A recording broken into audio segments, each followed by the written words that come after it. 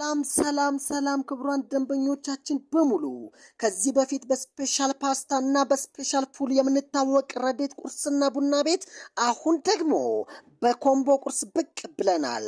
ኮምቦ ቁርስ ምንድነው ላላችሁ ደንበኞቻችን አቮካዶ፣ እንቁላልና ጥብስ ፍርፍር እንዲሁም ጨጨብሳን አንድ ላይ ጠቅለል አድርጎ የያዘ ሲሆን በጥፍጥናው ታዲያ ይለያል። አንዴ ከቀመሱ ድገሙኝ ያስብላል።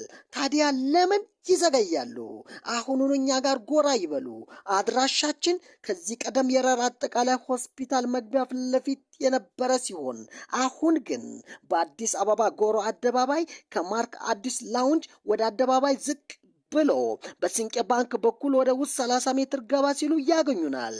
በ0973 17 10 14 ላይ ይደውሉ፣ እንጠቁሞታለን። ረዴት ቁርስና ቡና ቤት።